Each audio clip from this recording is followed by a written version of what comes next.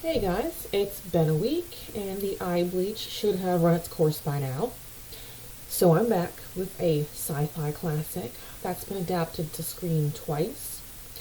And it's also currently underway as a mini-series. Before we get into War of the Worlds, please hit that subscribe button and notification bell.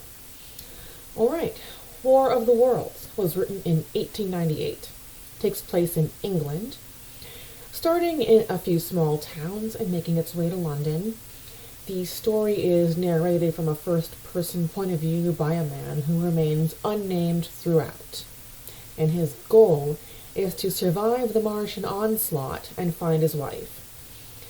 The story starts with our narrator and his friend named Ogilvy, who is kind of like a meteorologist or an astronomer, and they see what they think are gas clouds incoming from space.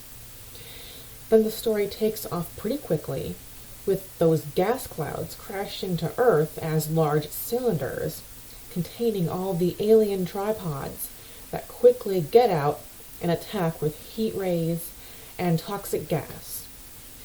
The aliens get out of these tripods frequently enough for the narrator to see them exsanguinating and eating people, terraforming the land with spongy red growth.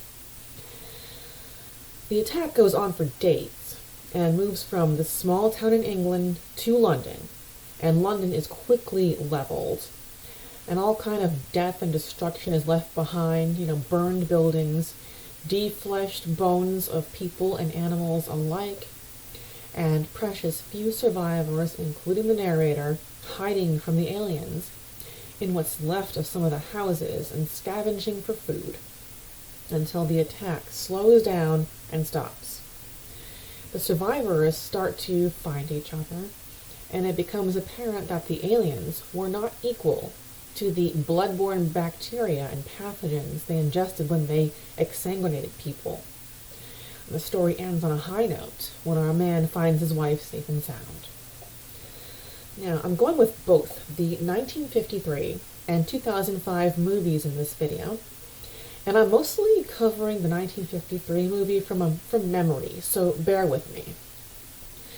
In the 1953 movie, the scariest thing about it really was the radio advertisements for it that scared some folks so convincingly that some of them jumped off buildings.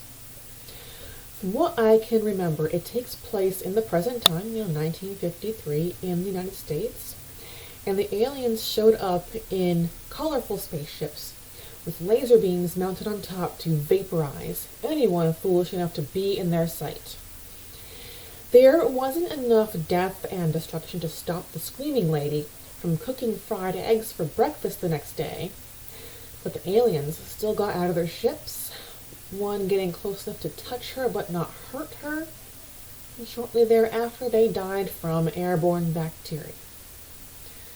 In the 2005 adaptation, it takes place also in the U.S., I think in New York City is where it starts, again with the narrator's role filled in by Ray Ferrier, a construction worker and cliché divorced dad who barely knows his kids and is always on his ex's shit list for this shortcoming or that. The alien tripods are sort of inserted into the ground through bolts of lightning. They stand up right away and start vaporizing everyone in sight with their heat rays.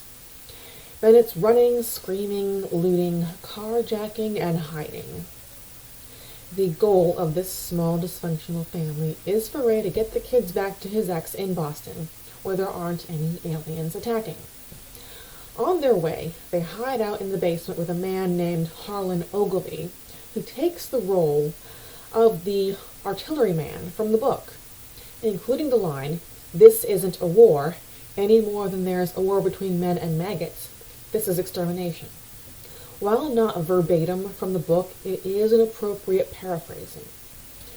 While they are hiding out, they see the same exsanguination and terraforming of red spongy weeds from in the book. Only the red weeds is made from the exsanguination of people using an attachment on the tripods that acts as a suction hose and a sprayer. So it looks like the aliens are mulching people to complete this terraforming. Things don't end well between Ray and Harlan. Ray has to kill him to stop him from drawing the aliens' attention to their hiding place, because he still has his daughter with him. After they leave, they get trapped in this basket attachment to one of the tripods.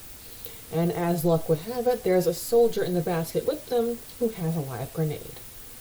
Ray outsmarts that one alien and blows up the tripod, because you can't have an alien movie without explosions.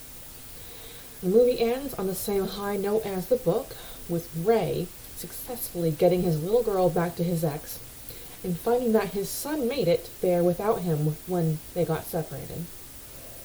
And that is the end of War of the Worlds. Thank you so much for watching. Please leave me a comment and smash the like button. And I'll see you back next week for Aladdin.